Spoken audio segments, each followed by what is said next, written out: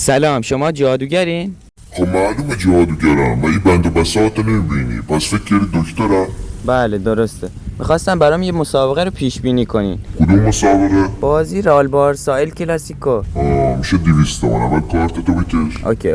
رمز چلسی. لیورپول. ال کلاسیکو هم اگه بخوام برات پیش بینیش کنم وایسا کم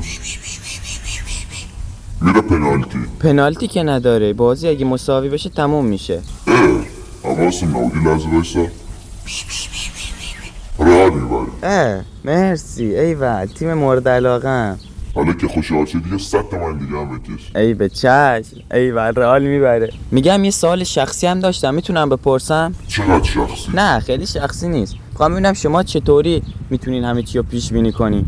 این یه قدرت خدادادیه. خداوند از بد و تولد یه قدرت رو در من نهانیده که بتونه همه چی رو پیش بینی کنه. خیلی ممنون. خواهش میکنم. محمد و تریاکو بردار بیار، مشتری داره.